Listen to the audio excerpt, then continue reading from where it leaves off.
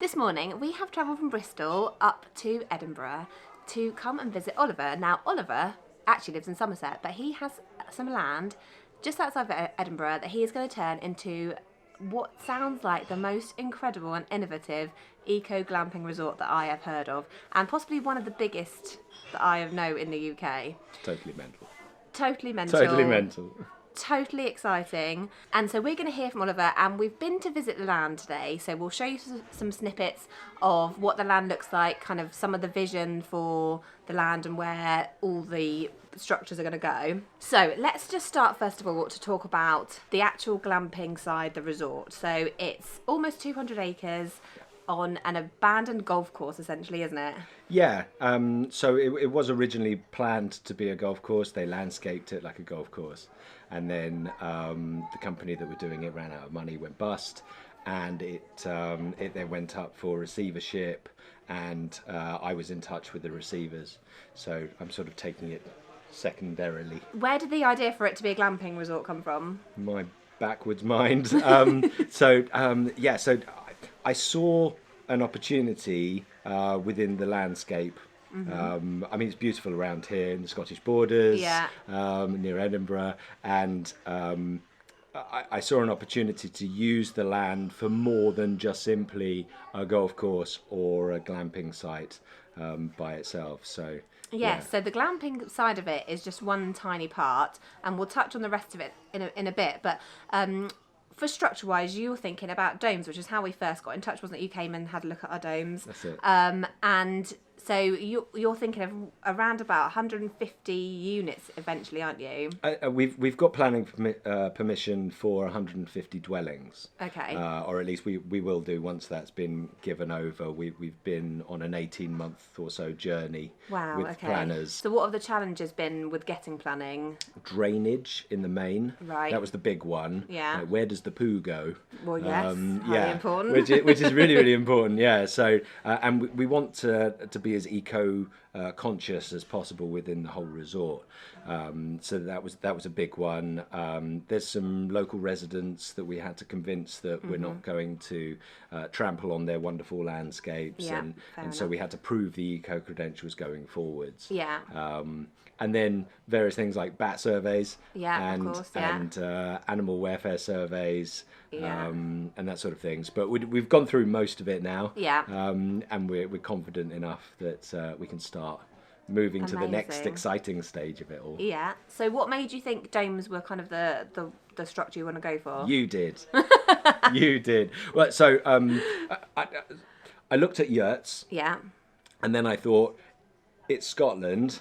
It's gonna be cold. It's part of the experience, and so we had to look at something more structurally integral than yurts. In fact, originally it was teepee tents, Oh wow. Okay. and we were like, that's gonna be. So we did some experimenting with various locations and going around glamping sites that had bell tents, and they're lovely, really, really nice, especially the south coast. It sort of works. Yeah.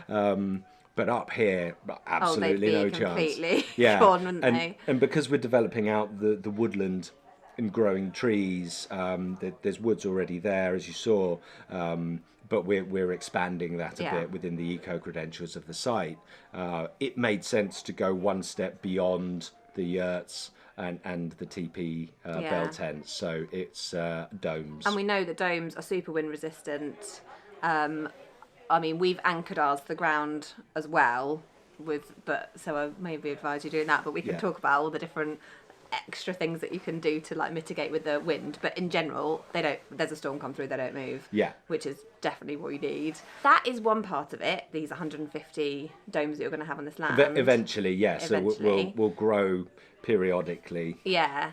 And here comes the question: how are you going to fund this immense amount of money that you're going to have to spend? Because there's also the clubhouse that's there that you're going to renovate. Yeah. And you're thinking about kind of event spaces, and it's a lot of infrastructure to invest in. So let us know how you're going to do that. So the main mechanism for funding the whole thing, we could have gone down the investor route, and we did explore the investor route, but my underlying requirement here is that we don't borrow money to do it. And so going down the investor route is quite fraught with potential dangers. So we figured let's do an NFT. So non-fungible token, Web3 based, blockchain based structure that is nice and rounded, and we can pile a lot of things into the data and the smart contract for the NFT, which makes it really a very utility heavy system for investment. People pre-purchase, go onto white lists, and we can then fund the whole resort, all of the infrastructure, all of the really cool stuff that we want to do by using the NFT. So you may have completely lost people on that. It's quite technical, and okay. For me, who's non-techie and non-NF with my lack of NFT knowledge, it's essentially you're selling the stay before they've come, so you're getting the money in for their stay to fund the whole project, and then we'll be giving them their stay that will carry on every year. So they'll buy an NFT that will give them a basic of 2 nights, and then they can carry on and stay those 2 nights every year for however many years they own the NFT. Correct. Which to me sounds like a brilliant bargain for me. If I was to buy an NFT, I get a holiday every year. That's it. So we're trying to make it so that it's like a family holiday, long weekend, 2 to 3 nights, depending on the rarity of the NFT. Yeah. And you pay the minting costs, which probably going to be about £500 per NFT at the minting stage. The secondary markets will take it wherever it needs to go. But so the NFT will give you access to the site, but in particular to staying in one of the glamping domes. Where you'll be able to stay up to 4 people on a single NFT. So it's you and your group that are booked. So we're really orientating this towards families, and bringing you guys up here to create some really cool memories. Yeah, which sounds amazing. And I'm totally going to buy an NFT because I think, if you're saying it for £500, I mean that is a brilliant investment, isn't it? Because you've got a holiday, and then if you can't use it one year, you've said that you can then stake it. Yeah. So explain a bit about that. So the staking mechanism is you say you lock it in with us for 12 months. Yeah. If you stake the NFT, you offer that up to the Joe Public booking system. So that then goes out to the world via our booking mechanism, which is very simply like an Airbnb or Booking.com type system where anybody can book those dates, and then you would get a return of up to 10% of those people's stay for your dates, but it would be locked in for a year, so you wouldn't necessarily be able to come for 12 months. So it's a way of balancing out demand and supply, but also a way of you as the NFT holder, you may not want to come every single year. We're building in mechanisms, which I think we're going to come on to later, why we think you'll want to come every year. But actually, you can offer up that to the public and then earn a little bit. So it's not like you're just wasting it completely. You're actually getting some money back from the NFT, which is why we did the NFT in the first place. Yeah, which makes total sense. But then your USP of getting people back every year is this incredible game that you've come up with. Yeah. That has blown my mind of how on earth you've come up with an eco-glamping resort that has a game attached to it. Yes. So that sounds amazing. Okay, so MYTHTOPIA, which is the game, is an augmented reality video game. So you use your device to go around the site and discover talking trees and elves and fairies and goblins and ghouls and kelpies and all of these different Celtic-based mythology. That's why we keyed it into Scotland and the Celtic mythology, so that you would come up here and you would experience a digital story a little bit like a Pokemon Go type experience where you battled against certain things and you found treasures and that sort of thing, but all along a seasonal, so a 6-month seasonal story-driven narrative. Which is what's going to make you want to come back Right. the next time to see the different stories. Yeah. Correct. So Yeah. so there'll be a continuing theme. I'm a huge gamer, and so I wanted to port that over to this, Yeah. which is a bit of a weird thing because you don't think necessarily of glamping or of No. going on holiday somewhere having an overlay, but we're really making it like a digital Disney World. But if that wasn't techie enough, you're also getting a cryptocurrency Yes. involved in this, aren't you? Yeah. So the reason we can call it an eco-glamping resort is because we're planting over 120,000 trees to reforest and rewild the land. Yeah. And part of the reasoning behind that is that we'd like to make carbon credits accessible to people, because 99.9% of people that I know, probably including me, don't really know how to go out and buy a carbon credit No. to offset your journey from, say, Somerset to here in Yeah. the car, the petrol, the carbon that you're pumping into the atmosphere. And so we wanted to make it as simple as possible. So Oxygen Crypto was born out of that. Oxygen with an E, so it's Oxygen as Okay, opposed yeah. to with a Y. Yeah. My dyslexia happened in the middle of me trying to get everything sorted. And then I realised actually it sort of worked anyway, so I Yeah. kept it. So Oxygen will be a cryptocurrency which is underpinned by the carbon credits that we create on the site, but also in other eco investments that we then make using the profits that we get. Yeah. So it will sort of self-fund everything. It'll be on-site payable, so you'll be able to pay for things on site using your Oxygen crypto. So it's Wow, like okay. localized Yeah. money. It's like a digital local currency. But then you'll also be able to pay off your carbon. So if you got on, for example, a plane Yeah. from Somerset to here, you'll be able to pay. You won't be able to pay off all of it, but you'll be able to pay off some via a carbon credit. Okay. Which will be our carbon credits that we've created from the planting on Yeah. the site.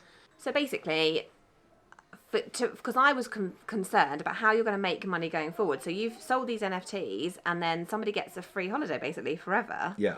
And so the cryptocurrency and the game are going to enable you to continue making a profit from this site basically. So we want people to come, but we need to build the site first. So rather than going to a bank and borrowing a load of money and having the interest to pay on that money and then building out the site, and that feels very wasteful. And also you're funding the banks, you're not funding the site. So we thought the NFT would fund the site, and we're being quite open and honest about this. That then creates the infrastructure for everybody to come and enjoy themselves, as well as the game overlay on the site. And stop me if I'm going too fast or I'm like blowing your mind or Slightly yours. blowing my mind. Yeah, it's mental, isn't it? So that creates the infrastructure using the NFT. So we don't really profit from the NFT, like you said. We then have to overlay things, activities on the site. So like yoga, stargazing, horse riding. There's a dry ski slope nearby that we hope will be an affiliate of ours. So we get a little bit of... So we get little payments from everywhere. And the cryptocurrency as well pays us a little bit. And then we've got the secondary marketplace for the NFTs.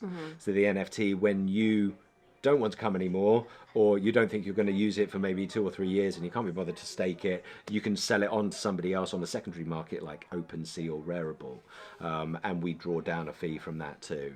So there's lots of little payments that come through. Obviously on site there's in the clubhouse, which we redevelop using the funds from the NFT sell-off, there's a spa, there's a restaurant, there's a bar, there's also various things that we'll do in terms of event space on the land. Yeah. Events going on. We'd love to have silent disco, DJ battles, but you don't have to do any of that because you can literally just come Come and stay. come and stay, enjoy Edinburgh, enjoy the activities, and do it on that level. Yeah. But if you want to take it to the next level, we're offering that ability, which I think is unique. It is I don't know of completely anybody unique. else. I've never heard of. I keep telling everyone it's totally bonkers because it is.